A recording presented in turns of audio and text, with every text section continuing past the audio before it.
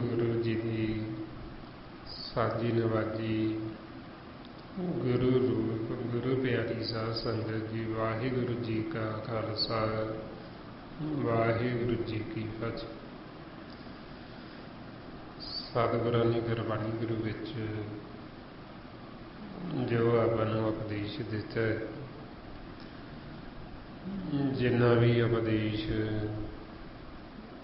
ਉਹ ਆਪਣੇ ਮਨਾਂ ਨੂੰ ਦਿੱਤਾ ਜਾਂਦਾ ਹੈ। ਇਹ ਕਿਵੇਂ ਸਾਡੇ ਮਨ ਪਰਮਾਤਮਾ ਨਿਰੰਕਾਰ ਤੋਂ ਵਿਛੜੀ, ਇਹ ਕਿਵੇਂ ਅਸੀਂ ਹੁਣ ਵਾਪਸ ਨਿਰੰਕਾਰ ਵਾਹਿਗੁਰੂ ਦੇ ਨਾਮ ਲਾਭ ਕਰਨ। ਸਾਡੇ ਮਨ ਨੂੰ ਗੁਰਬਾਣੀ ਗੁਰੂ ਵਿੱਚ ਹਰ ਇੱਕ ਪੱਖੋਂ ਸਮਝਾਇਆ ਗਿਆ। ਜਿਵੇਂ ਬੱਚੇ ਨੂੰ ਮਾਂ ਪਿਓ ਪਿਆਰ ਨਾਲ ਸਮਝਾਉਂਦੇ, ਜੇ ਉਹ ਪਿਆਰ ਨਾਲ ਨਹੀਂ ਸਮਝਦਾ ਫਿਰ ਥੋੜ੍ਹੀ ਸਖਤਾਈ ਕਰਦੇ, ਫਿਰ ਸਖਤ ਬਚਨ ਕਹਿੰਦੇ। ਹੁਣ ਜੇ ਉਹ ਸਖਤਾਈ ਕਰਦੇ, ਸਖਤ ਬੋਲਦੇ, ਤੇ ਕੋਈ ਇਹ ਨਹੀਂ ਵੀ ਉਹਨਾਂ ਦਾ ਬੱਚੇ ਨਾਲ ਕੋਈ ਵੈਰ ਵਿਰੋਧ ਹੈ। ਉਹ ਬੱਚੇ ਦੇ ਭਲੇ ਵਾਸਤੇ, ਉਹਦੇ ਭਵਿੱਖ ਵਾਸਤੇ, ਵੀ ਜਾ ਕੇ ਆਉਣ ਵਾਲੇ ਸਮੇਂ ਵਿੱਚ ਵੀ ਸੁਖੀ ਰਹਿ ਸਕੇ। ਇਸੇ ਤਰ੍ਹਾਂ ਹੀ ਫਿਰ ਆਪਾਂ ਨੂੰ ਗੁਰਬਾਣੀ ਗੁਰੂ ਸਾਹਿਬਾਨ, ਭਗਤ, ਸੰਤ, ਸਾਧੂ ਜਨ, ਸਤਿਗੁਰੂ ਗੁਰੂ ਨਾਨਕ ਦੇਵ ਜੀ ਸਾਡੇ ਮਨ ਨੂੰ ਹਰ ਇੱਕ ਪੱਖੋਂ ਸਮਝਾਉਂਦੇ। ਮਨ ਨੂੰ ਪਿਆਰ ਨਾਲ ਵੀ ਸਮਝਾਉਂਦੇ ਵੀ ਦੇਖ, ਹੁਣ ਤੈਨੂੰ ਇਹ ਸਮਾਂ ਮਿਲਿਆ ਮਾਨਸ ਜਨਮ, ਕਈਆਂ ਯੁੱਗਾਂ ਬਾਅਦ ਮਿਲੇ ਹੈ। ਹੁਣ ਤੈਨੂੰ ਇਹ ਮੌਕਾ, ਤੈਨੂੰ ਇਹ ਵਾਰੀ ਹੈ, ਹੁਣ ਤੂੰ ਪਰਮਾਤਮਾ ਵਾਹਿਗੁਰੂ ਦੇ ਨਾਮ ਲਾਪ ਕਰ ਲੈ। ਹੁਣ ਤੂੰ ਆਪਣੇ ਆਪੇ ਦੀ ਪਹਿਚਾਣ ਕਰ ਲੈ। ਇਸ ਵਾਸਾਂ ਦਾ ਧਨ ਖਤਮ ਹੋਣ ਤੋਂ ਪਹਿਲਾਂ ਪਹਿਲਾਂ ਤੂੰ ਆਪਦੇ ਅਸਲ ਘਰ ਦੇ ਵਿੱਚ ਵਸਣਾ ਸ਼ੁਰੂ ਕਰ ਦੇ। ਮਾਰੇ ਫਰਮਾਉਂਦੇ ਸੁਣ ਮਨ ਮਿੱਤਰ ਪਿਆਰਿਆ, ਮਿਲ ਵੇਲਾਏ ਜਬ ਲਗ ਜੋਬਨ ਸਾਸ ਹੈ, ਤਬ ਲਗੇ ਤਨ ਦੀ। ਮਨ ਨੂੰ ਕਹਿੰਦੇ ਵੀ ਮਿੱਤਰ ਹੁਣ ਤੇਰੇ ਕੋਲ ਵੇਲਾ ਹੈ, ਹੁਣ ਤੇਰੇ ਕੋਲ ਸਮਾਂ ਹੈਗਾ ਹੈ, ਹੁਣ ਤੂੰ ਪਰਮਾਤਮਾ ਨੂੰ ਮਿਲ ਲੈ, ਹੁਣ ਤੂੰ ਆਪਣੇ ਆਪੇ ਦੀ ਪਹਿਚਾਣ ਕਰ ਲਾ, ਉਹਦੇ ਘਰ ਦੀ ਪਹਿਚਾਣ ਕਰ ਲਾ। ਤੇ ਇਹ ਵੇਲਾ ਸਦਾ ਨਹੀਂ ਰਹਿਣਾ। ਇਹ ਜਿਹੜਾ ਵੇਲਾ ਦਿੱਤਾ, ਸਮਾਂ ਦਿੱਤਾ, ਕੁਝ ਸਮੇਂ ਵਾਸਤੇ ਸਾਨੂੰ ਮਿਥਿਆ ਹੋਇਆ ਸਮਾਂ। ਸਵਾਸਾਂ ਦਾ ਧਨ ਹੈ ਜਿਹੜਾ ਗਿਣਤੀ ਦਾ ਹੈ, ਉਹ ਰੋਜ਼ ਦੀ ਰੋਜ਼ ਸਾਡਾ ਘਟਦਾ ਜਾ ਕੇ, ਦਿਨ ਪਹਿਰ ਘੜੀਆਂ ਸਮਾਂ ਬੀਤਦਾ ਜਾ ਰਿਹਾ। ਆਪਾਂ ਨੂੰ ਕਹਿੰਦੇ ਵੀ ਹੁਣ ਤੁਸੀਂ ਆਪਦਾ ਜਿਹੜਾ ਇਹ ਕਾਰਜ ਛੇਤੀ ਤੋਂ ਛੇਤੀ ਸਵਾਰ ਲਓ। ਜੇ ਤੁਸੀਂ ਭੁੱਲ ਗਏ ਹੋ ਤੇ ਗੁਰੂ ਦੀ ਸ਼ਰਨ ਦੇ ਵਿੱਚ ਚਲੇ ਜਾਓ, ਸਤ ਸੰਗਤ ਕਰ ਲਓ। ਤੁਸੀਂ ਸਤ ਸੰਗਤ ਦੇ ਵਿੱਚ ਜਾ ਕੇ ਸਾਰਾ ਭੇਤ ਲੈ ਲਓ। ਮਾਰੇ ਫਰਮਾਉਂਦੇ ਔਧ ਘਟੇ, ਦਿਨ ਸਰੈ ਨਾਰੀ, ਮਨ ਗੁਰ ਮਿਲ ਕਾਜ ਸਵਾਰੀ।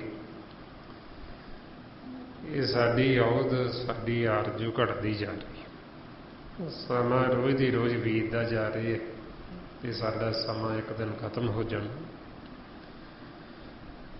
ਜਿਵੇਂ ਅੱਗੇ ਪੁਰਾਣੇ ਸਮਿਆਂ ਦੇ ਵਿੱਚ ਜੀਵ ਕਹਿੰਦੇ ਹੁੰਦੇ ਸੀ ਵੀ ਖੂਹ ਖਾਲੀ ਹੋ ਜਾਂਦੇ ਧਨ ਦੇ, ਵੀ ਜੇ ਉਹਦੇ 'ਚ ਹੋਰ ਨਾ ਪਾਈਏ ਤੇ ਕਿੰਨਾ ਵੀ ਹੋਵੇ, ਜੀਵ ਕਿੰਨਾ ਕੁ ਵਰਤੀ ਜਾਏਗਾ, ਉਹਨੇ ਘਟਣਾ ਹੀ ਘਟਣਾ।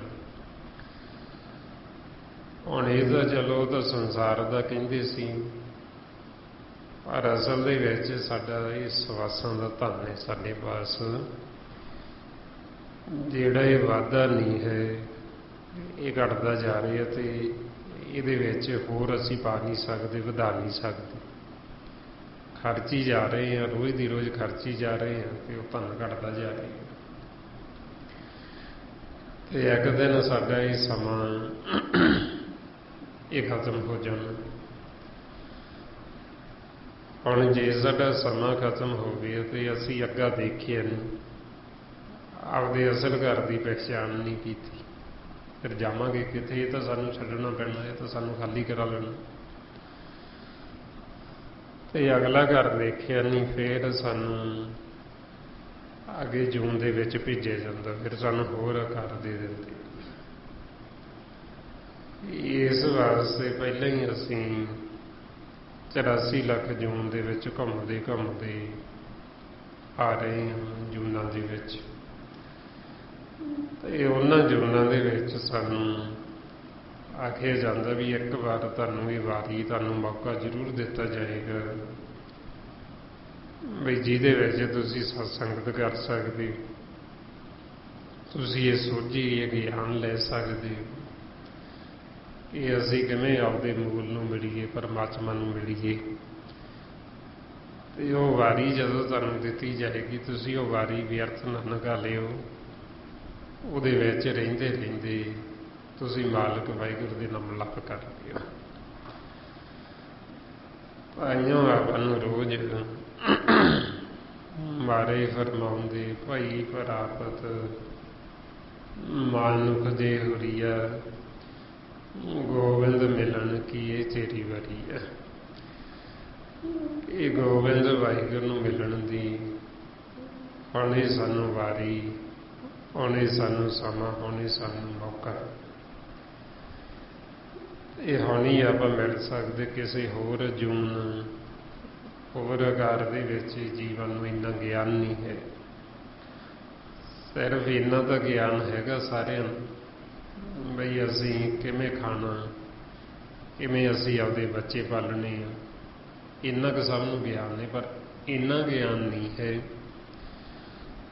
ਬਈ ਅਸੀਂ ਪਰਮਾਤਮਾ ਨੂੰ, ਨਿਰੰਕਾਰ ਨੂੰ ਕਿਵੇਂ ਮਿਲੀਏ। ਸੋ ਜੇ ਹੁਣ ਆਪਾਂ ਵੀ ਇੱਥੇ ਤੱਕ ਹੀ ਸੀਮਤ ਹਾਂ ਵੀ ਖਾ ਲਿਆ, ਪੀ ਲਿਆ, ਬੱਚੇ ਪੜ੍ਹ ਲਏ, ਇਹਨਾਂ ਤਾਂ ਪਸ਼ੂ ਪੰਛੀਆਂ ਨੂੰ ਵੀ ਗਿਆਨ, ਤੇ ਆਪਣੇ ਤੇ ਫਿਰ ਉਹਨਾਂ ਦੇ ਵਿੱਚ ਫਰਕ ਕੀ ਹੋਏ। ਸੋ ਇਸ ਵਾਸਤੇ ਫਿਰ ਆਪਾਂ ਨੂੰ ਮਹਾਰਾਜ ਸਮਝਾਉਂਦੇ ਬਈ ਇਹ ਮਾਨਸ ਜਾਮੇ ਨੂੰ ਮਾਮੂਲੀ ਨਾ ਸਮਝੋ। ਬੜੇ ਯੁੱਗਾਂ ਬਾਅਦ ਸਾਨੂੰ ਇਹ ਪ੍ਰਾਪਤ ਹੋਇਆ ਤੇ ਹੁਣ ਮਿਲਣ ਦੀ ਵਾਰੀ, ਹੁਣ ਤੁਸੀਂ ਕਿਉਂ ਨਹੀਂ ਸਿਮਰਨ ਕਰਦੇ?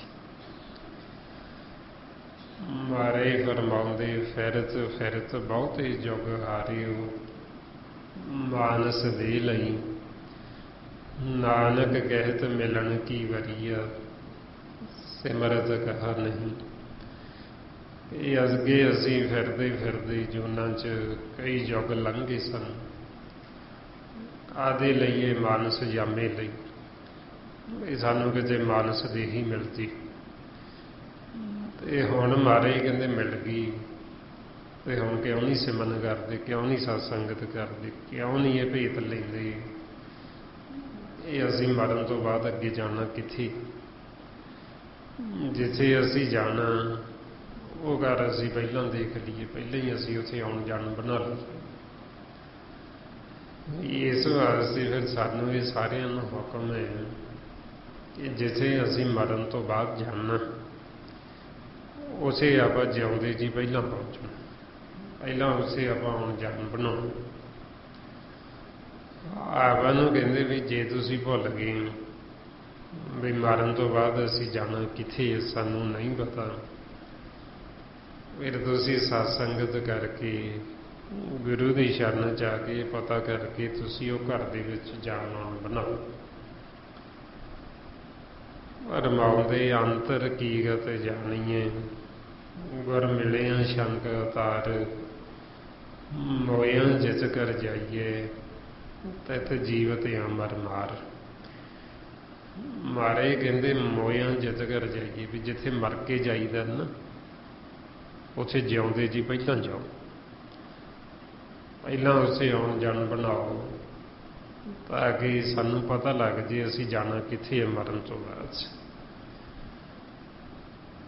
ਉਹ ਇਸ ਵਾਸਤੇ ਫਿਰ ਜਿਹੜੇ ਗੁਰਮੁਖਾਂ ਨੇ ਇਹ ਜਿਉਂਦੇ ਜੀ ਮਰਨਾ ਸਿੱਖਿਆ, ਜਿਨ੍ਹਾਂ ਨੇ ਆਪਦਾ ਘਰ ਦੇਖਿਆ, ਉਹਨਾਂ ਨੇ ਫਿਰ ਆਪਾਂ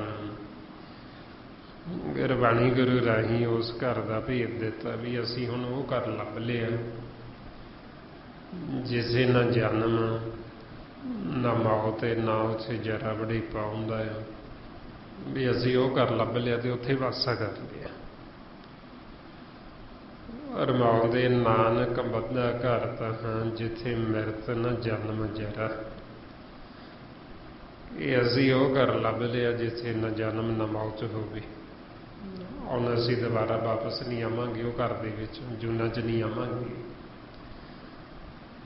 ਹੁਣ ਇਹ ਅਸੀਂ ਤਾਂਹੀਓ ਕਹਿ ਸਕਦੇ ਜੇ ਅਸੀਂ ਉਹ ਘਰ ਦੇਖੀਏ, ਜੇ ਅਸੀਂ ਉਹ ਘਰ ਦੇ ਵਿੱਚ ਵਾਸਾ ਕੀਤਾ ਫਿਰ ਹੀ ਆਪਾਂ ਕਹਿ ਸਕਦੇ ਵੀ ਅਸੀਂ ਉਹ ਘਰ ਦੇਖ ਲਿਆ। ਜੇ ਹੁਣ ਅਸੀਂ ਉਹ ਘਰ ਦੇਖਿਆ ਹੀ ਨਹੀਂ, ਅਸੀਂ ਉੱਥੇ ਪਹੁੰਚੇ ਹੀ ਨਹੀਂ, ਤੇ ਫਿਰ ਸਾਡੇ ਮਨ 'ਚ ਡਰ ਹੁੰਦਾ ਵੀ ਸਾਨੂੰ ਕਿਤੇ ਮੌਤ ਨਾਲ ਜੇ ਮਰਨ ਤੋਂ ਬਾਅਦ ਅੱਗੇ ਪਤਾ ਨਹੀਂ ਕੀ ਹਾਲਤ ਹੋਣੀ, ਵੀ ਕਿੱਥੇ ਜਾਣਾ ਅਸੀਂ, ਕੀ ਬੀਤਣੀ ਅੱਗੇ। ਫਿਰ ਉਹ ਸਾਡਾ ਮਨ ਭੈ ਦੇ ਵਿੱਚ ਡਰ ਚਾ ਜਾਂਦਾ, ਡਰਦਾ ਫਿਰ, ਕਿਉਂਕਿ ਜਿਹੜਾ ਰਾਹ ਅਸੀਂ ਦੇਖਿਆ ਨਹੀਂ ਤੇ ਉਹ ਰਸਤੇ ਤੇ ਜਦੋਂ ਜਾਣਾ ਤੇ ਸਾਨੂੰ ਡਰ ਲੱਗਣਾ। ਜਿਹੜਾ ਉਹ ਰਸਤਾ ਜੀਵ ਰੋਜ਼ ਜਾਂਦਾ ਰੋਜ਼ ਆਉਂਦਾ, ਉਹਦਾ ਡਰ ਨਿਕਲਿਆ ਹੁੰਦਾ, ਉਹਨੂੰ ਪਤਾ, ਉਹਨੂੰ ਸਾਰਾ ਰਾਹ ਦਾ ਗਿਆਨ ਹੁੰਦਾ ਵੀ ਕਿੱਥੇ ਕਿਹੜੀ ਚੀਜ਼ ਹੈ, ਉੱਥੋਂ ਮੈਂ ਕਿਵੇਂ ਲੰਘਣਾ। ਜਿਵੇਂ ਸੰਸਾਰੀ ਰਸਤਾ ਕੋਈ ਵੀ, ਮੰਨ ਲਓ ਵੀ ਆਪਾਂ ਕਿਤੇ ਜਾਂਦੇ ਹਾਂ, ਜਿਵੇਂ ਜੀਵ ਯਾਤਰਾ ਤੇ ਚਲੇ ਜਾਂਦੇ, ਕਿਤੇ ਚੜ੍ਹਾਈ ਤੇ ਚਲੇ ਜਾਂਦੇ ਆ।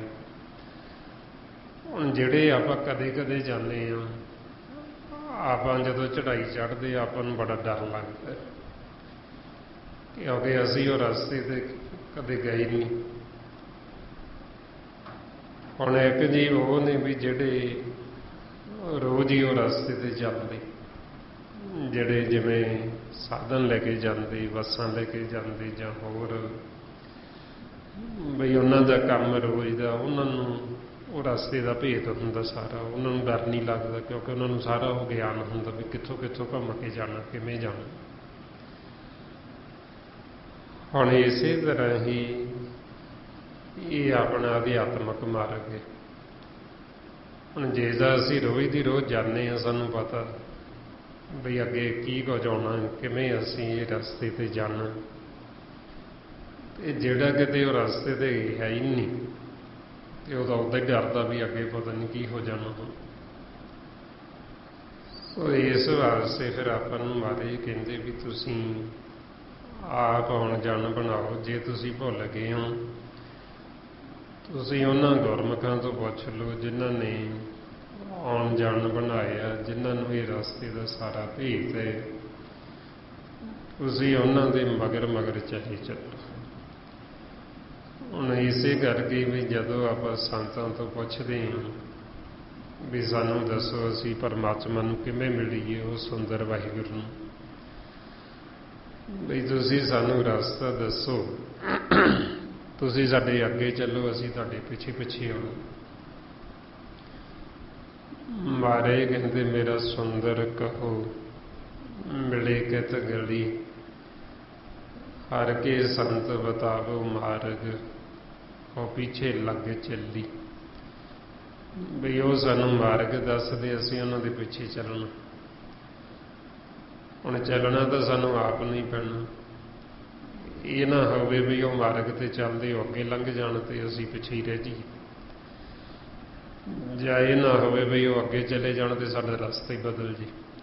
ਉਹ ਸਿੱਧਾ ਰਸਤੇ ਚਲੇ ਜਾਣ, ਅਸੀਂ ਕਿਸੇ ਸੱਜੇ ਖੱਬੇ ਮੁੜ ਜਾਈਏ ਤੇ ਅਸੀਂ ਭਟਕ ਜਾਣਾ, ਅਸੀਂ ਨਹੀਂ ਪਹੁੰਚ ਸਕਦੇ ਉੱਥੇ।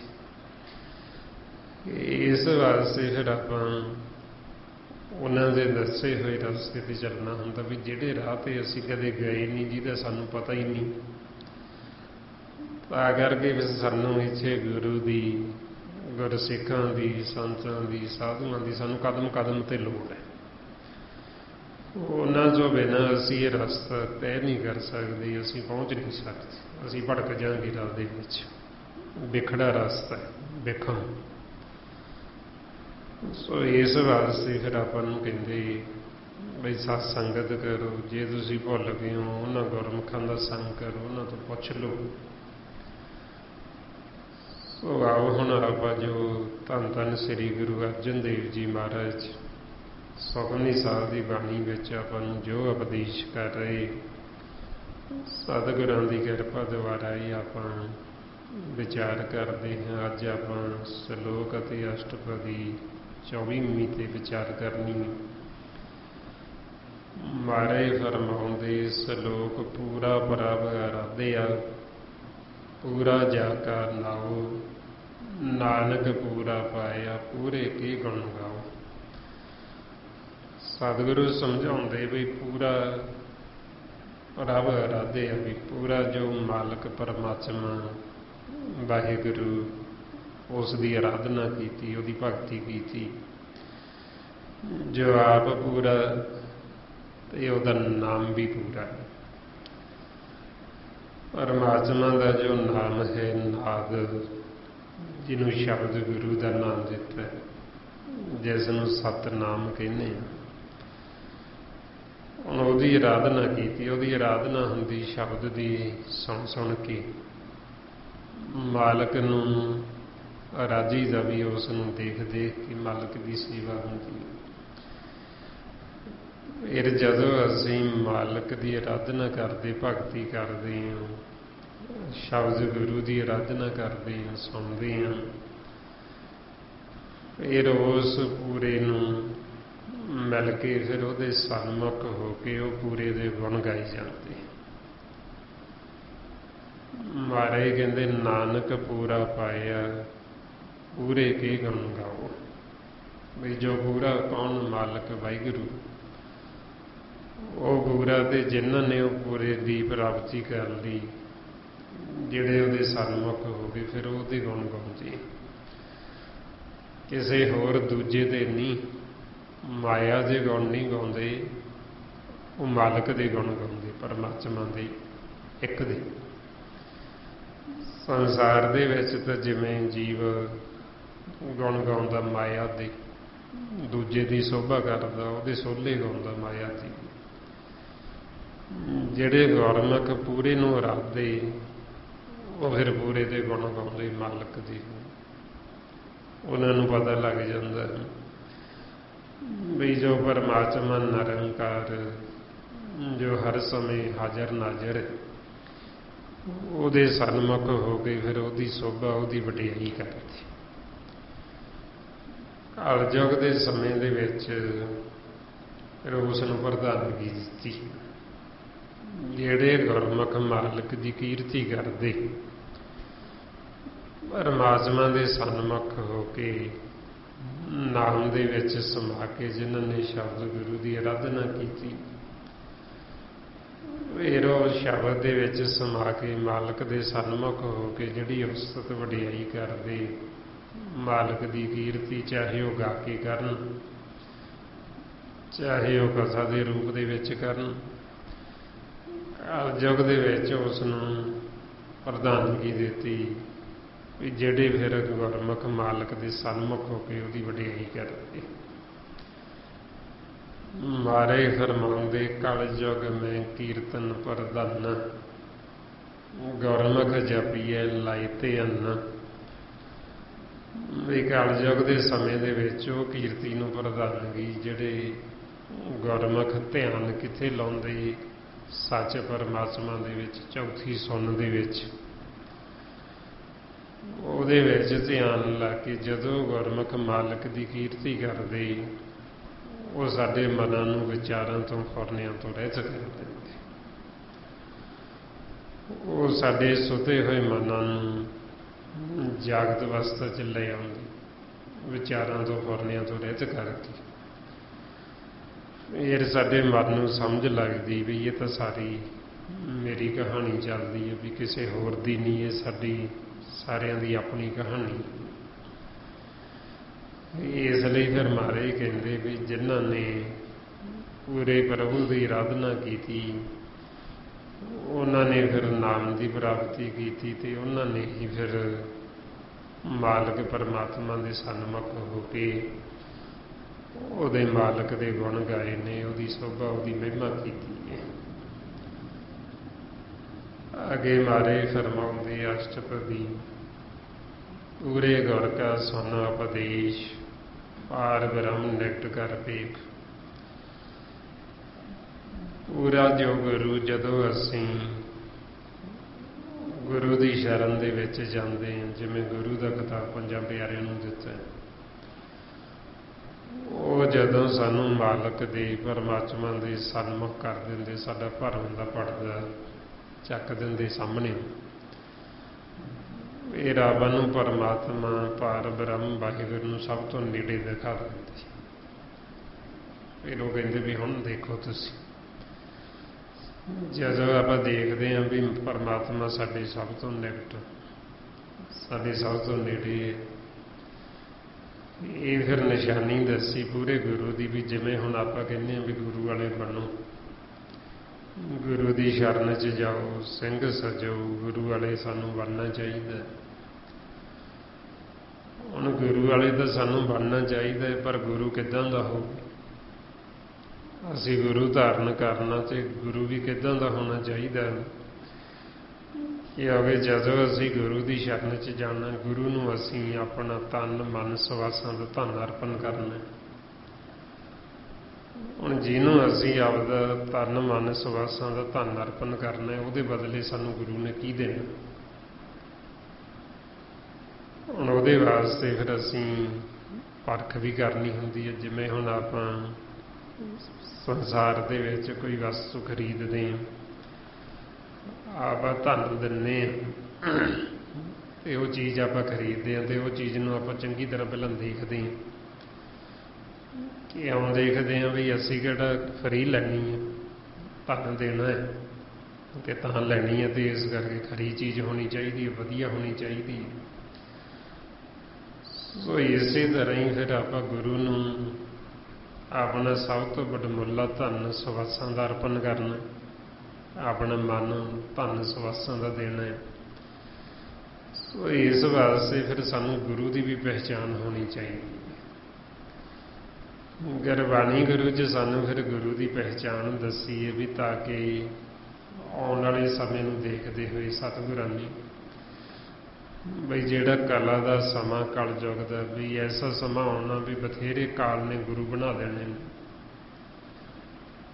ਬਈ ਕਾਲ ਨੇ ਜਦੋਂ ਗੁਰੂ ਬਣਾ ਦੇਣੇ, ਤੇ ਆਮ ਜੀਵ ਨੂੰ ਤਾਂ ਪਤਾ ਹੀ ਨਹੀਂ ਲੱਗਣਾ ਵੀ ਕਿਹੜਾ ਗੁਰੂ ਅਸਲੀ ਹੈ, ਕਿਹੜਾ ਨਕਲੀ ਹੈ। ਸਾਨੂੰ ਕਿਵੇਂ ਪਤਾ ਲੱਗੇ? ਕਿਵੇਂ ਸਾਨੂੰ ਪਰਖ ਆਵੇ?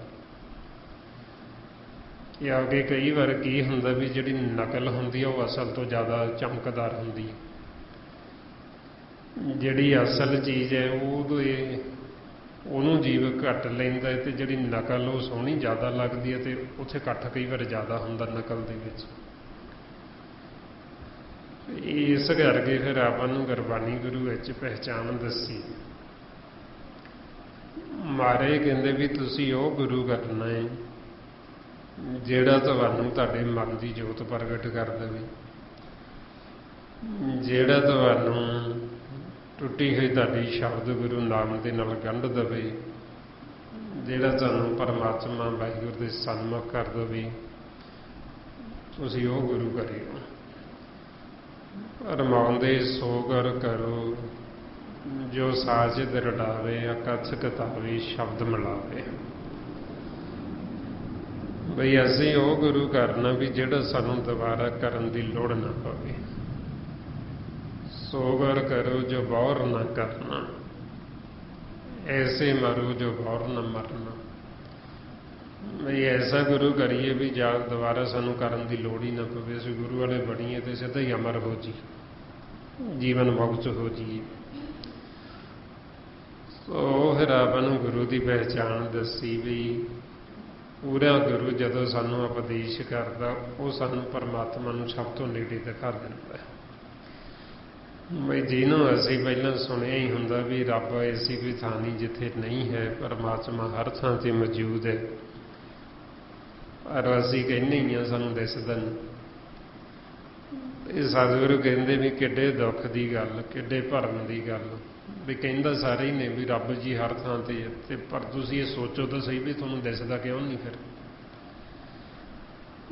ਜੇ ਉਹ ਹਰ ਥਾਂ ਤੇ ਹੈ ਤੇ ਸਾਨੂੰ ਕਿਉਂ ਨਹੀਂ ਨਜ਼ਰ ਆਉਂਦਾ? ਸਾਡੇ 'ਚ ਕੀ ਕਮੀ ਹੈ? ਕਿਉਂ ਨਹੀਂ ਸਾਨੂੰ ਦਿਸਦਾ?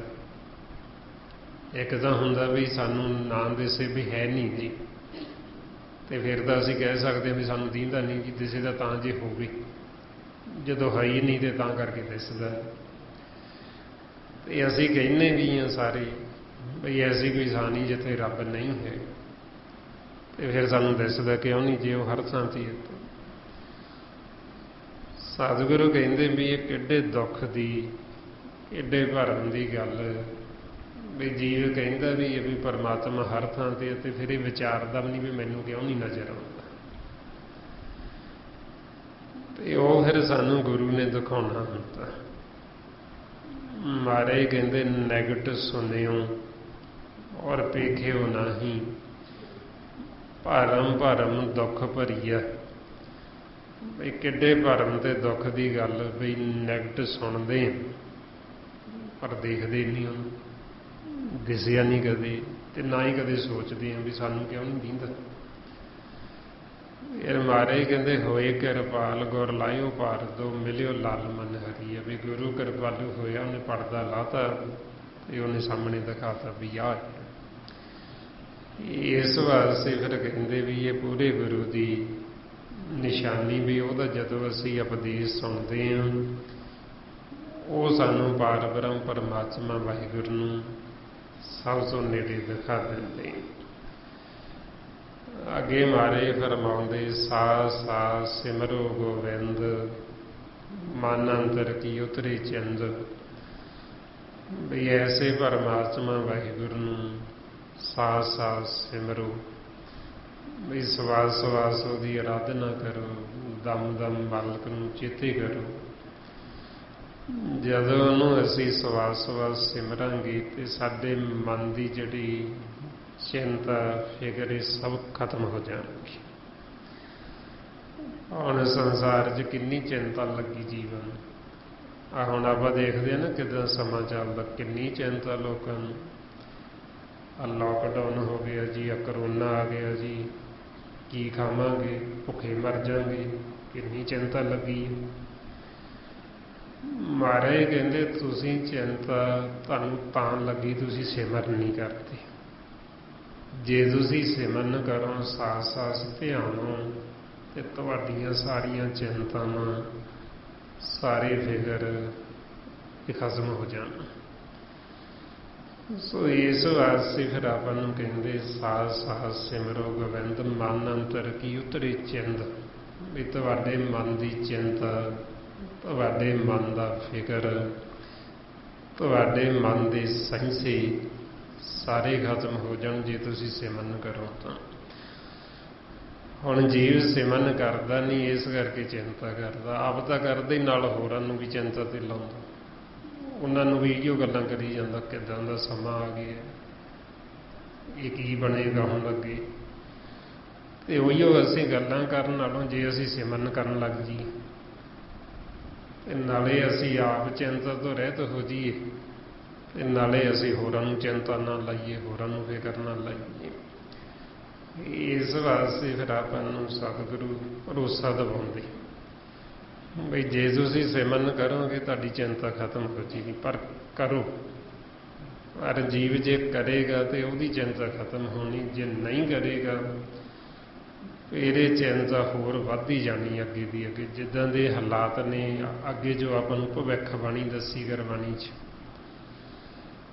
ਆਉਣ ਵਾਲਾ ਸਮਾਂ ਜੋ ਗੁਰੂ ਨਾਨਕ ਦੇਵ ਜੀ ਨੇ ਦੇਖ ਕੇ ਆਪਾਂ ਨੂੰ ਦੱਸਿਆ ਭਵਿੱਖ, ਸਾਡਾ ਵੀ ਆਉਣ ਵਾਲਾ ਸਮਾਂ ਕਿੱਦਾਂ ਦਾ ਹੋਏਗਾ ਜੇ ਇਸੇ ਤਰ੍ਹਾਂ ਹੀ ਮਨ ਸੁੱਤੇ ਰਹੇ, ਜੇ ਅਸੀਂ ਸਤ ਸੰਗਤ ਨਾ ਕੀਤੀ, ਅਸੀਂ ਨਾ ਸਿਮਰਨ ਕਰਨ ਲੱਗੇ। ਆਉਣ ਵਾਲਾ ਸਮਾਂ ਐਸਾ ਹੋਏਗਾ ਵੀ ਜਿਉਂ-ਜਿਉਂ ਵਿਗਿਆਨ ਤਰੱਕੀ ਕਰਦਾ ਜੀਵ ਵਿਹਲੇ ਹੁੰਦੇ ਜਾਣਗੇ। ਮਸ਼ੀਨਰੀ ਯੁੱਗ ਆ ਜਾਏਗਾ ਸਮਾਂ। ਬਈ ਪਹਿਲਾਂ ਜਦੋਂ ਵਿਗਿਆਨ ਤਰੱਕੀ ਕਰਦਾ ਵੀ ਜਿੱਥੇ 100 ਬੰਦਾ ਕੰਮ ਕਰਦਾ ਉੱਥੇ ਇੱਕ ਬੰਦਾ ਕੰਮ ਸਾਂਭ ਲੈਂਦਾ ਤੇ 99 ਵਿਹਲੇ ਹੋ ਗਏ। ਫਿਰ ਜਦੋਂ ਹੋਰ ਤਰੱਕੀ ਕਰੇਗਾ ਜਿੱਥੇ 1000 ਬੰਦਾ ਕੰਮ ਕਰਦਾ ਉੱਥੇ ਇੱਕ ਬੰਦਾ ਹੀ ਸਾਂਭ ਲਏਗਾ, ਬਾਕੀ 999 ਵਿਹਲੇ ਹੋ ਗਏ। ਫਿਰ ਜਦੋਂ ਹੋਰ ਤਰੱਕੀ ਕਰੇਗਾ ਅੱਗੇ ਦੀ ਅੱਗੇ, ਜਿੱਥੇ 1 ਲੱਖ ਬੰਦਾ ਕੰਮ ਕਰਦਾ ਉੱਥੇ ਇੱਕ ਨਹੀਂ ਸਾਂਭ ਲੈਣਾ, ਬਾਕੀ ਸਭ ਵਿਹਲੇ ਹੋ ਜਾਣ। ਹੁਣ ਜਦੋਂ ਇਸ ਤਰ੍ਹਾਂ ਜੀਵ ਵਿਹਲੇ ਹੁੰਦੇ ਗਏ, ਉਹਨਾਂ ਨੂੰ ਇੰਨੀ ਚਿੰਤਾ ਲੱਗ ਜਾਏਗੀ, ਇੰਨਾ ਫਿਕਰ ਲੱਗ ਜਾਏਗਾ, ਉਹਨਾਂ ਦੀ ਨੀਂਦ ਉੱਡ ਜਾਏਗੀ। ਉਹਨਾਂ ਦੇ ਦਿਮਾਗੀ ਸੈੱਲ ਇੰਨੇ ਕਮਜ਼ੋਰ ਹੋ ਜਾਣਗੇ ਬਈ ਉਹਨਾਂ ਨੂੰ ਰਾਤ ਨੂੰ ਨੀਂਦ ਨਹੀਂ ਆਏਗੀ। ਜਦੋਂ ਨੀਂਦ ਨਹੀਂ ਆਏਗੀ ਉਹਨਾਂ ਦਾ ਸੰਤੁਲਨ ਵਿਗੜ ਜਾਣਗੇ, ਉਹ ਕਮਲੇ ਹੋ ਜਾਣਗੇ। ਐਸੇ ਕਮਲੇ ਕੋਈ ਇਹ ਨਹੀਂ ਵੀ 2-4, ਅਸੰਖਾਂ ਦੀ ਗਿਣਤੀ 'ਚ ਜੀ ਵੀ ਇੱਥੇ ਇੰਨੇ ਕਮਲੇ ਲੋਕ ਜੀਵ ਹੋ ਜਾਣਗੇ, ਅਸੰਖਾਂ ਦੀ ਗਿਣਤੀ 'ਚ। ਉਹਨਾਂ ਨੂੰ ਮਾਲਕ ਤੇ ਭਰੋਸਾ ਨਹੀਂ ਰਹਿਣਾ, ਪਰਮਾਤਮਾ ਤੇ, ਵੀ ਅਸੀਂ ਉਹਦਾ ਸਿਮਰਨ ਕਰੀਏ ਤੇ ਸਾਡੀ ਚਿੰਤਾ ਫਿਕਰ ਖਤਮ ਹੋ ਜੇ। ਵੀ ਜਿਹਨੇ ਸਾਨੂੰ ਜੀਵਨ ਦਿੱਤਾ ਉਹਨੇ ਸਾਨੂੰ ਰਿਜ਼ਕ ਵੀ ਦੇਣਾ, ਉਹਨੇ ਸਾਨੂੰ ਪਾਲਣਾ ਪੋਸਣਾ ਵੀ ਅਸੀਂ ਖਾਮਖਾ ਚਿੰਤਾ ਲਾਈਏ। ਉਹ ਨਾ ਸੰਗਤ ਕਰਨ ਕਰਕੇ, ਨਾ ਮਾਲਕ ਤੇ ਭਰੋਸਾ ਹੋਣ ਕਰਕੇ, ਫਿਰ ਜਦੋਂ ਅਸੰਖਾਂ ਦੀ ਗਿਣਤੀ 'ਚ ਜੀਵ ਇੱਦਾਂ ਦੇ ਉੱਠ ਕੇ ਖੜੇ ਹੋ ਜਾਣਗੇ ਤੇ ਫਿਰ ਉਹ ਇੱਕ ਦੂਸਰੇ ਨੂੰ ਕੱਟਣਾ ਵੱਢਣਾ ਸ਼ੁਰੂ ਕਰ ਦੇਣਗੇ। ਬਈ ਉਦੋਂ ਕੋਈ ਕਿਸੇ ਦੀ ਰੱਖਿਆ ਨਹੀਂ ਕਰ ਸਕੇਗਾ, ਨਾ ਕੋਈ ਪਤੀ ਆਪਦੀ ਪਤਨੀ ਦੀ, ਨਾ ਕੋਈ ਭਰਾ ਆਪਦੀ ਭੈਣ ਦੀ, ਨਾ ਕੋਈ ਮਾਂ ਦੀ, ਨਾ ਕੋਈ ਪੁੱਤ ਦੀ, ਕੋਈ ਕਿਸੇ ਦੀ ਰੱਖਿਆ ਨਹੀਂ ਕਰੇਗਾ। ਇੱਥੇ ਇੰਨੀ ਗਲਾਨੀ ਵਰਤੇ ਜੋ ਫਿਰ ਗੁਰੂ ਨਾਨਕ ਦੇਵ ਜੀ ਆਪਾਂ ਨੂੰ ਸਮਝਾਉਂਦੇ। ਅਸੰਖ ਮੂਰਖ ਅੰਧ ਘੋਰ, ਅਸੰਖ ਚੋਰ ਹਰਾਮ ਖੋਰ, ਅਸੰਖ ਗਲ ਵੱਢ ਹੱਤਿਆ ਕਮਾਈ, ਅਸੰਖ ਪਾਪੀ ਪਾਪ ਕਰ ਜਾਏ। ਵੀ ਐਸੀ ਗਿਣਤੀ 'ਚ ਕੋਈ ਇਹ ਨਹੀਂ, ਮਹਾਰਾਜ ਨੇ ਅਸੰਖਾਂ ਆਖਿਆ, ਅਸੰਖ ਮੂਰਖ ਉੱਠਣਗੇ। ਤੇ ਉਹ ਫਿਰ ਤਾਂ ਹੀ ਹੋਏਗਾ ਵੀ ਜਦੋਂ ਜੀਵ ਸਿਮਰਨ ਕਰਨਗੇ ਨਹੀਂ, ਸਤ ਸੰਗਤ ਕਰਨਗੇ ਨਹੀਂ, ਤੇ ਇਹ ਚੀਜ਼ ਨੂੰ ਰੋਕਿਆ ਜਾ ਸਕਦਾ ਹੈ। ਮਹਾਰਾਜ ਨੇ ਭਵਿੱਖਬਾਣੀ ਕੀਤੀ ਪਰ ਸਮਾਂ ਨਹੀਂ ਦੱਸਿਆ ਉਹਨਾਂ ਨੇ ਵੀ ਆਹ ਸਮਾਂ। ਉਹਨਾਂ ਨੇ ਸਿਰਫ ਲੱਛਣ ਦੱਸੇ ਨੇ ਕਲਯੁੱਗ ਦੇ, ਵੀ ਇੱਦਾਂ ਦੇ ਲੱਛਣ। ਤੇ ਆਪਾਂ ਨੂੰ ਦੱਸਿਆ ਵੀ ਜੇ ਜੀਵ ਸੰਗਤ ਕਰਨਗੇ, ਸਿਮਰਨ ਕਰਨਗੇ, ਗੁਰੂ ਵਾਲੇ ਬਣ ਜਾਣਗੇ, ਇੱਧਰ ਲੱਗ ਜਾਣਗੇ ਤੇ ਉਹਨਾਂ ਦੀ ਚਿੰਤਾ ਫਿਕਰ ਖਤਮ ਹੋ ਜਾਣਗੇ। ਉਹਨਾਂ ਨੂੰ ਮਾਲਕ ਤੇ ਭਰੋਸਾ ਹੀ ਇੰਨਾ ਆ ਜਾਣਾ, ਪ੍ਰਤੀਤ ਇੰਨੀ ਆ ਜਾਣੀ ਵੀ ਜਿਹਨੇ ਸਾਨੂੰ ਪੈਦਾ ਕੀਤਾ ਉਹਨੇ ਸਾਡੀ ਰੱਖਿਆ ਵੀ ਕਰਨੀ, ਜਿਹਨੇ ਸਾਨੂੰ ਪੈਦਾ ਕੀਤਾ, ਜੋ ਸਾਨੂੰ ਸਵਾਸ ਦੇ ਰਿਹਾ, ਉਹਨੇ ਸਾਨੂੰ ਰਿਜ਼ਕ ਵੀ ਦੇਣਾ। ਕਿਉਂਕਿ ਆਪਾਂ ਨੂੰ ਦੱਸਦੇ ਵੀ ਸਾਨੂੰ ਜੀਵਨ ਨੂੰ ਮਾਲਕ ਬਾਅਦ 'ਚੋਂ ਪੈਦਾ ਕਰਦਾ, ਸਾਡਾ ਰਿਜ਼ਕ ਪਹਿਲਾਂ ਭੇਜ ਦਿੰਦਾ।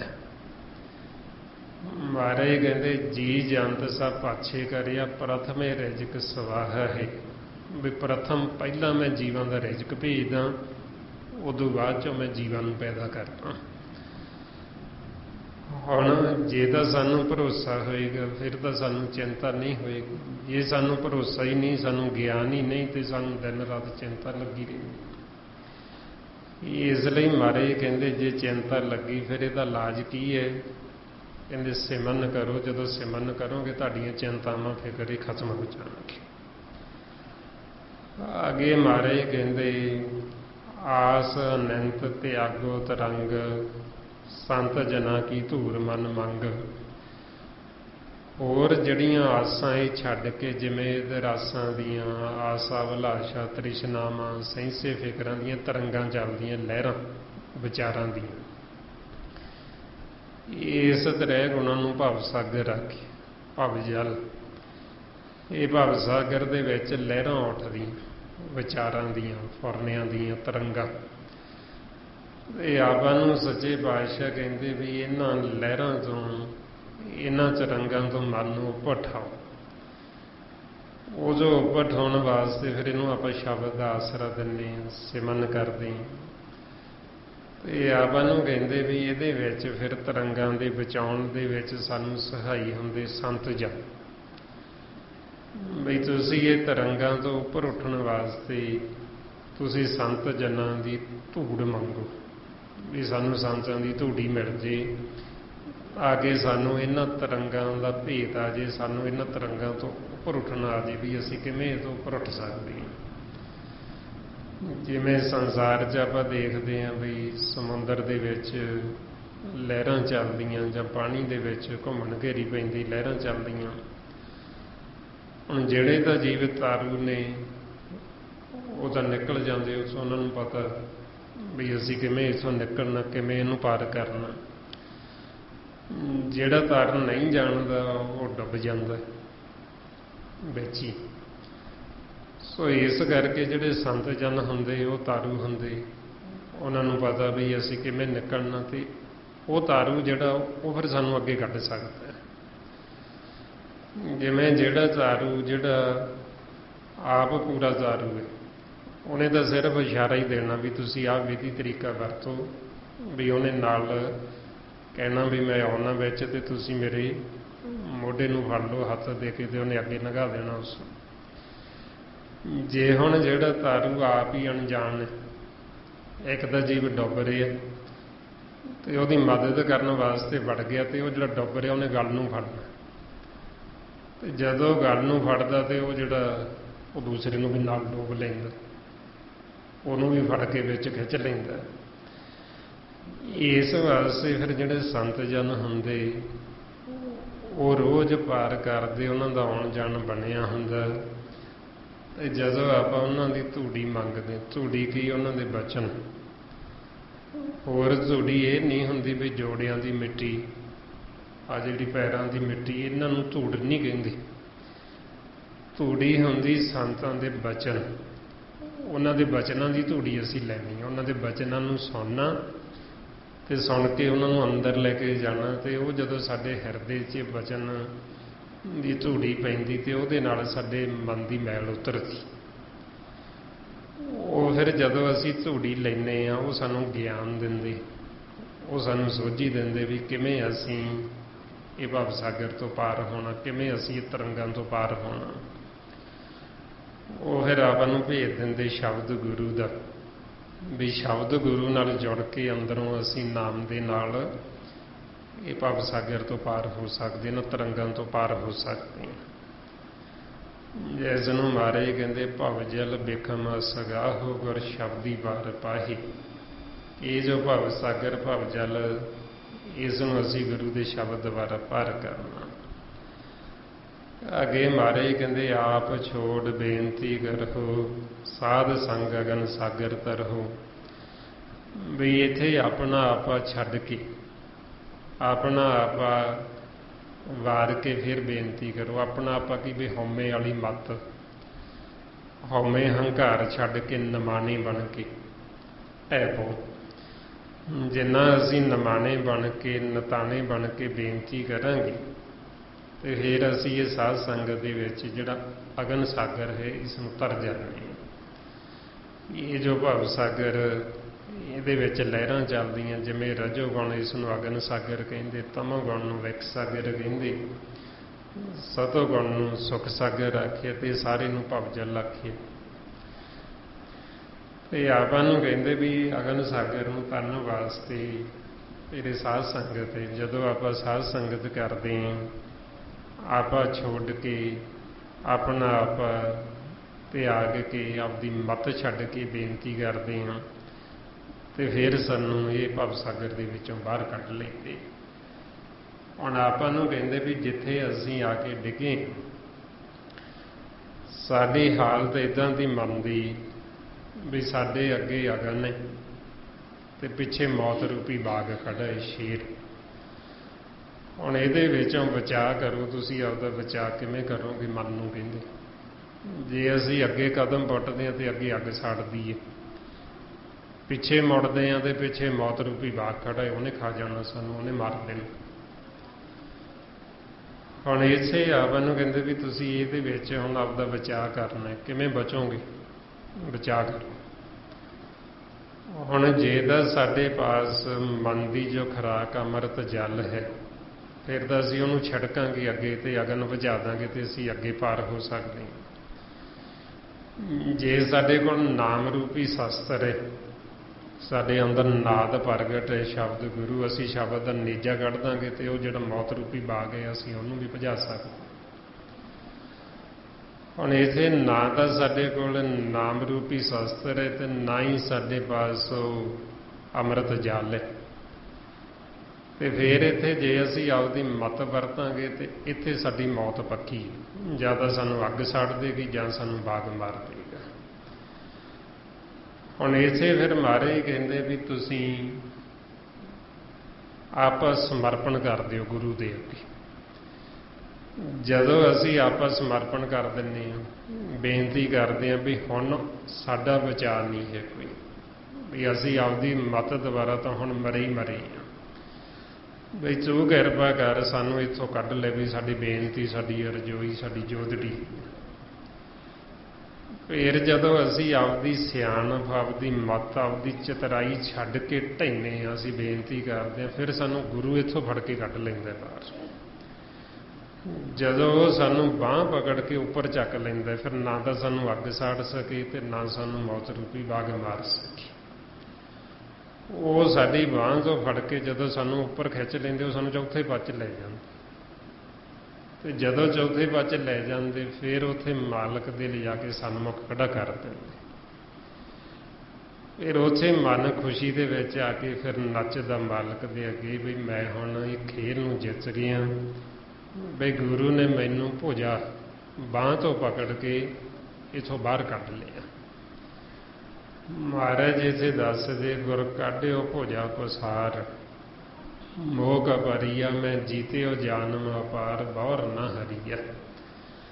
ਬਈ ਹੁਣ ਮੈਂ ਜਨਮ ਜਿੱਤ ਗਿਆ, ਜੀਵਨ ਦੀ ਬਾਜੀ ਹੁਣ ਨਹੀਂ ਹਾਰੂੰਗਾ, ਕਿਉਂਕਿ ਮੈਨੂੰ ਇੱਥੋਂ ਗੁਰੂ ਨੇ ਫੜ ਕੇ ਬਾਹਰ ਕੱਢ ਲਿਆ।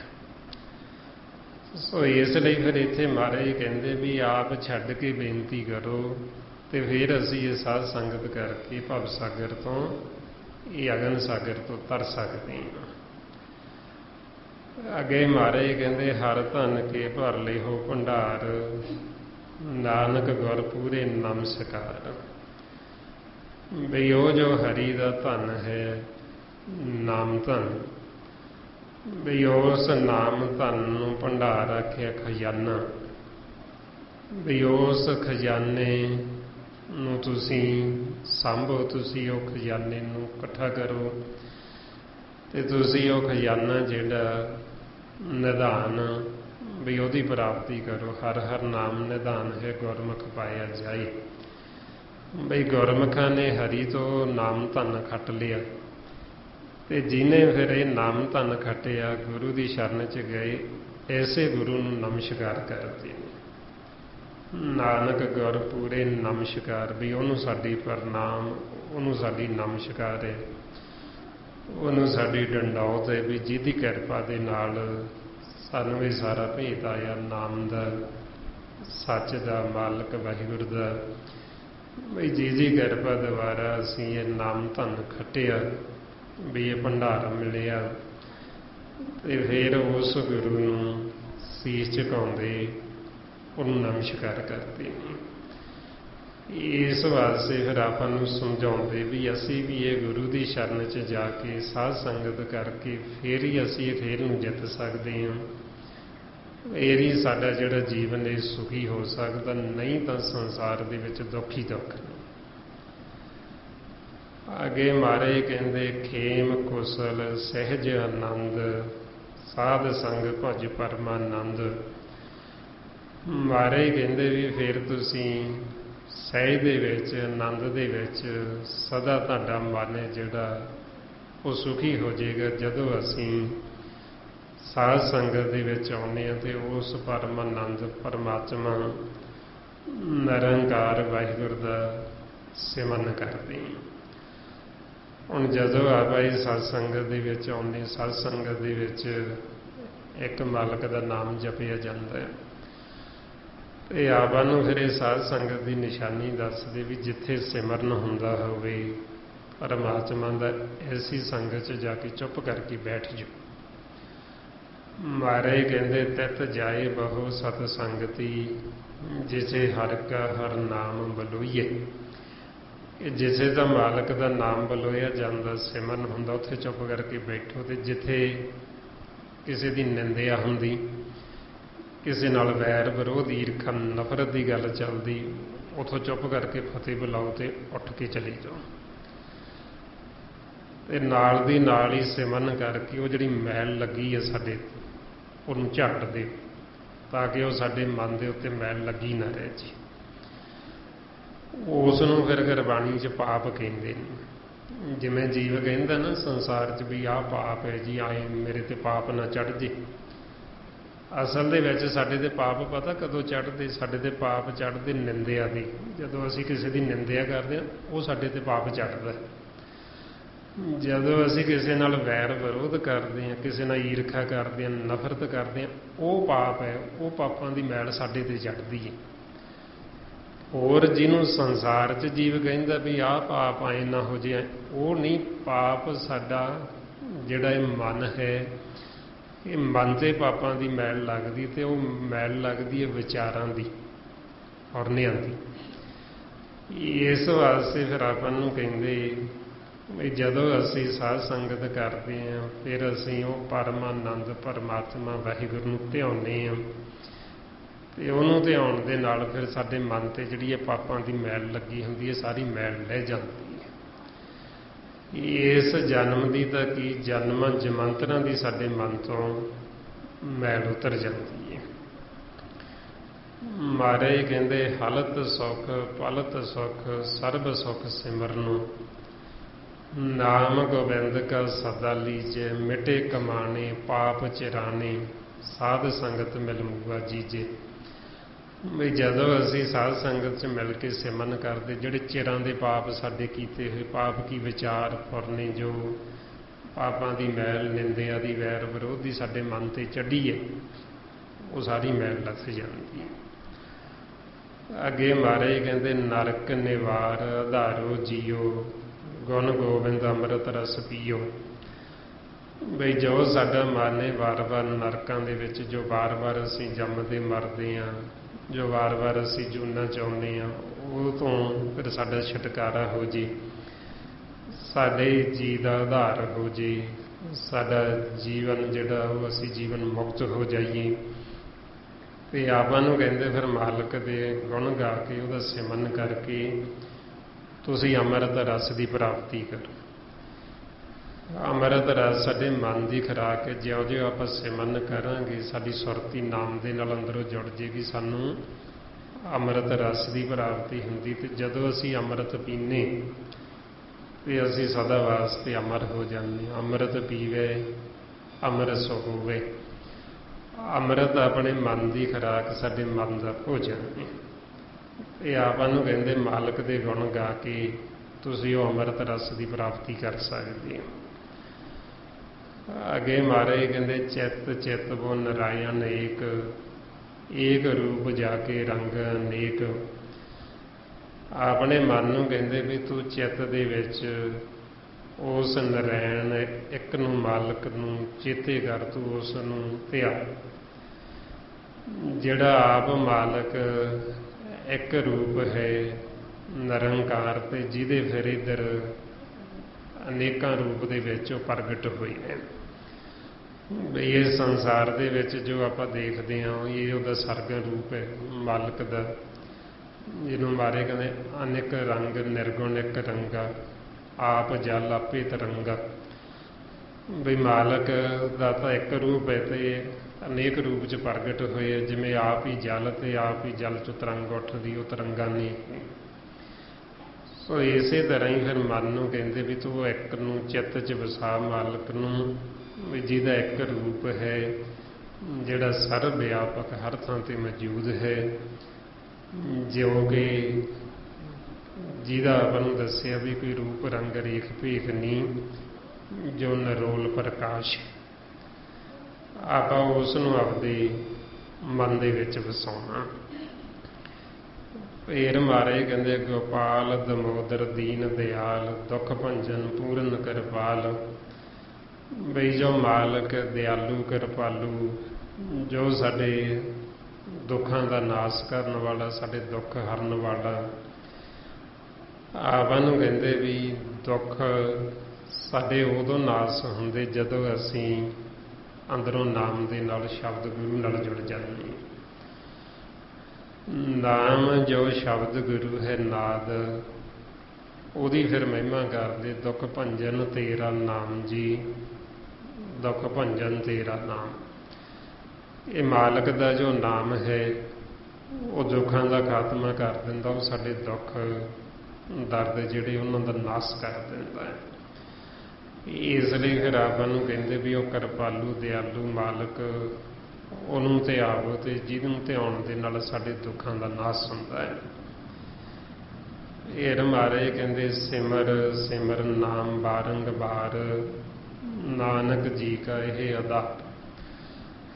ਆਪਾਂ ਨੂੰ ਕਹਿੰਦੇ ਵੀ ਸਿਮਰਨ ਕਰੋ ਤੇ ਬਾਰ-ਬਾਰ ਕਰੋ। ਜਦੋਂ ਅਸੀਂ ਵਾਰ-ਵਾਰ ਹੀ ਸਿਮਰਨ ਕਰਾਂਗੇ ਫਿਰ ਹੀ ਸਾਡੇ ਜੀਅ ਦਾ ਆਧਾਰ ਹੋਣਾ, ਫਿਰ ਹੀ ਸਾਡੇ ਮਨ ਨੇ ਜੀਵਨ ਮੁਕਤ ਹੋਣਾ, ਤੇ ਫਿਰ ਇਹ ਨਾਮ ਨੇ ਹੀ ਸਾਡੇ ਮਨ ਦਾ ਆਸਰਾ ਬਣਨਾ। ਇਸ ਲਈ ਆਪਾਂ ਨੂੰ ਕਹਿੰਦੇ ਵੀ ਵਾਰ-ਵਾਰ ਜਪੋ। ਵਾਰ-ਵਾਰ ਕਾਹਦੇ ਲਈ ਜਪਣਾ? ਕਿਉਂਕਿ ਸਾਡੇ ਹਿਰਦੇ 'ਚ ਵਸ ਜੇ, ਸਾਨੂੰ ਦ੍ਰਿੜ ਹੋ ਜੇ। ਇਸ ਲਈ ਮਹਾਰਾਜ ਕਹਿੰਦੇ ਉਚਰੋ ਰਾਮ ਨਾਮ ਲੱਖ ਵਰੀਆ, ਵੀ ਲੱਖ ਵਾਰੀ ਬਾਰ-ਬਾਰ ਜਪੋ। ਇੱਥੇ ਵੀ ਬਾਰੰਬਾਰ ਆਪਾਂ ਨੂੰ ਕਹਿ ਰਹੇ ਮਹਾਰਾਜ, ਤਾਂ ਕਿ ਸਾਡੇ ਮਨ ਦੇ ਵਿੱਚ, ਸਾਡੇ ਹਿਰਦੇ 'ਚ ਵਸ ਜੇ, ਸਾਨੂੰ ਭੁੱਲੇ ਨਾ। ਆਓ ਹੁਣ ਜੋ ਮਹਾਰਾਜ ਆਪਾਂ ਨੂੰ ਵਾਰ-ਵਾਰ ਜਪਣ ਨੂੰ ਕਹਿ ਰਹੇ, ਆਪਾਂ ਇਹਨਾਂ ਦਾ ਵਚਨ ਮੰਨੀਏ, ਤਾਂ ਕਿ ਜੋ ਸਾਡਾ ਮਨ ਦੁੱਖਾਂ 'ਚ ਜਾਂਦਾ, ਜੋ ਸਾਡੇ ਮਨ ਨੂੰ ਇਹ ਜਨਮ ਮਰਨ ਦੇ ਦੁੱਖ ਲੱਗੇ ਹੈ, ਸਾਡਾ ਇਹ ਦੁੱਖ ਕੱਟਿਆ ਜਾਵੇ ਤੇ ਆਪਾਂ ਸਦਾ ਵਾਸਤੇ ਜੀਵਨ ਮੁਕਤ ਹੋ ਜਾਈਏ। ਇਹ ਆਪਾਂ ਨੂੰ ਦੁਬਾਰਾ ਨਾ ਵਾਪਸ ਆਉਣਾ ਪਵੇ, ਕਿਉਂਕਿ ਆਪਾਂ ਦੇਖਦੇ ਹਾਂ ਵੀ ਸਮਾਂ ਹੋਣੀ ਆਪਾਂ ਨੂੰ ਇੰਨਾ ਭਿਆਨਕ ਲੱਗਦਾ ਹੈ, ਤੇ ਜੇ ਦੇਖੋ ਵੀ ਆਪਾਂ ਨੂੰ ਦੁਬਾਰਾ ਫੇਰ ਆਉਣਾ ਪੈ ਗਿਆ ਵਾਪਸ, ਤੇ ਉਦੋਂ ਤਾਂ ਪਤਾ ਨਹੀਂ ਕਿੱਦਾਂ ਦਾ ਸਮਾਂ ਆ ਜਾਣਾ ਹੈਗਾ। ਇਸ ਲਈ ਆਪਣਾ ਹੁਣ ਇਹ ਸਾਰਿਆਂ ਦਾ ਮਕਸਦ ਹੋਣਾ ਚਾਹੀਦਾ ਵੀ ਹੁਣ ਤਾਂ ਆਪਾਂ ਨੂੰ ਇਹ ਜੀਵਨ ਮਿਲਿਆ, ਵੀ ਹੁਣ ਅਸੀਂ ਇਹਦੇ ਵਿੱਚ ਰਹਿੰਦੇ ਰਹਿੰਦੇ ਮੁਕਤ ਹੋ ਜਾਈਏ, ਵੀ ਅਸੀਂ ਦੁਬਾਰਾ ਨਾ ਆਈਏ। ਵੀ ਜੇ ਸਾਨੂੰ ਦੁਬਾਰਾ ਆਉਣਾ ਪੈ ਗਿਆ, ਫਿਰ ਮੰਨ ਲਓ ਮਾਨਸ ਜਾਮਾ ਹੀ ਮਿਲ ਗਿਆ ਆਪਾਂ ਨੂੰ, ਚਲੋ ਸਤ ਸੰਗਤ ਦਾ ਆਪਾਂ ਨੂੰ ਇਹਨਾਂ ਦਾ ਫਲ ਹੁੰਦਾ ਹੈ।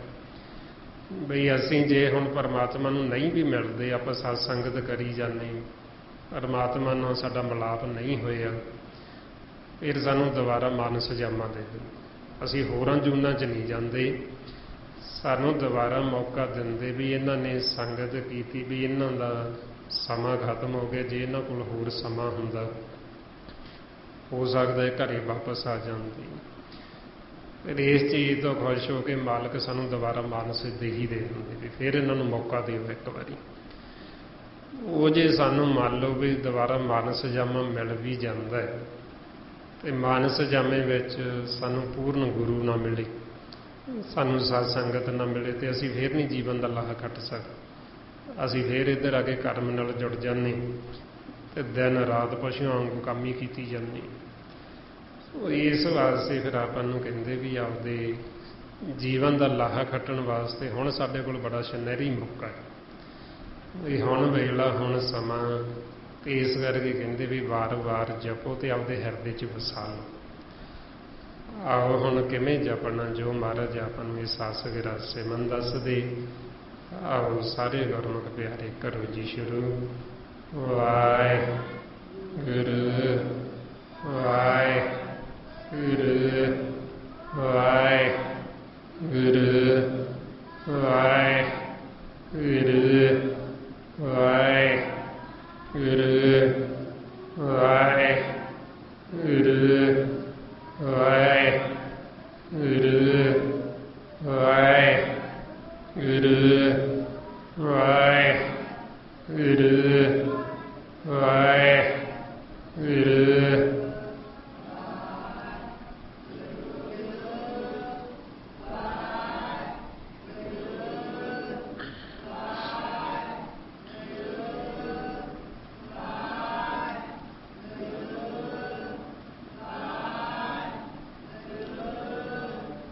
वाहिगुरू जी का खालसा वाहिगुरू जी की फतेह। इस तरीके नाल गुरमुखो ये आपां बार बार सिमरन करना, बार बार ध्याना, ताकि साडे हिरदे च वस जे, साडे मन च वस। जदों असीं वार वार करांगे तो साडे मन च वस जे, जदों वस जेगा तो सानूं भुलेगा नहीं, सानूं विसरेगा नहीं। फिर आपां नूं कहंदे भी दृढ़ करो। दृढ़ का मतलब हुंदा भी बार बार जपो, बार बार ध्यावो, ताकि साडे हिरदे च वस जे। इसलिए हुण ये आपां वध तों वध सिमरन करना, बहिंदे उठदे काम कार करदे। महाराज कहंदे सदा सदा सिमर दिन रात, उठत बैठत सास गिरास, भी सदा ही ध्यान। अदे वध तों वध आपां गुरबाणी गुरु नूं जदों पढ़दे हां, पढ़ के विचारना, ताकि साडा मन पासे ना जाए, सानूं समझ लगे। जिन्नी सानूं समझ लगेगी फिर ही सानूं मालक ते भरोसा होना, सानूं प्रतीत होनी। अते वध तों वध आपां सत संगत कर, जिन्नी आपां संगत करांगे सानूं उन्ना ही लाहा जीवन दा, सानूं ये ज्ञान दृढ़ हुंदा। महाराज कहंदे सत संगत मिले तां दृढ़ता आवे। भी जिन्ना सानूं दृढ़ विश्वास होएगा, मालक ते भरोसा होएगा, तो सारा भरोसे का ही खेल है। जे सानूं भरोसा होएगा असीं चिंता फिक्र नहीं करांगे, जदों सानूं भरोसा नहीं फिर ही असीं चिंता फिक्र करते। इस वास्ते जिवें बच्चा हुंदा, बच्चे नूं कोई चिंता नहीं हुंदी, क्योंकि उहनूं भरोसा है आपदे माँ प्यो ते, भी साडे माँ प्यो ने मैनूं खाण नूं भी देना, मैनूं पहिनण नूं भी देना। ते ज्यों-ज्यों वड्डा हुंदा उहनूं भरोसा नहीं रहिंदा माँ प्यो ते, तांहियों होर दुखी हुंदा जांदा। सो इसे तरह ही जदों सानूं अपने माता पिता, जो असल साडा माता पिता वाहिगुरू, सानूं उहदे ते भरोसा आ गया, सानूं उहदे ते प्रतीत आ गई, फिर वो बच्चे वांगू सारा फिक्र मालक नूं, साडा खाणन दा, पहिनण दा, किवें चलाउणा, सानूं सारा मालक नूं फिक्र। असीं काहदे लई चिंता करनी। इस वास्ते फिर ये सानूं जदों संगत करदे फिर दृढ़ भरोसा हुंदा, फिर सानूं प्रतीत होंदी है। सो बाकी ये जो सारा भेद गुरबाणी गुरु द्वारा पाउं दिता महापुरखां ने, भाई साहब भाई सेवा सिंह जी तरमाला, उसे ज्ञान नूं आपां दृढ़ करदे रोज़, ताकि साडे हिरदे च वस जे, आपां नूं भी मालक ते प्रतीत आ जे, उन्हां ते भरोसा आ जे। सो इहदियां ही बेनतियां इन्ने विचार करदे होए, जे कोई ऐसा शब्द बोलिया गया होवे संगत अते सतगुरु बख्शण योग ने बख्श लेना जी। वाहिगुरू जी का खालसा वाहिगुरू जी की फतेह।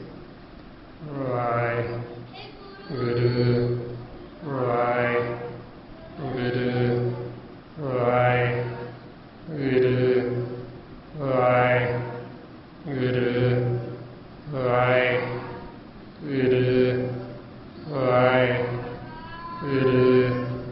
वाहिगुरू वाहिगुरू वाहिगुरू ਫਿਰ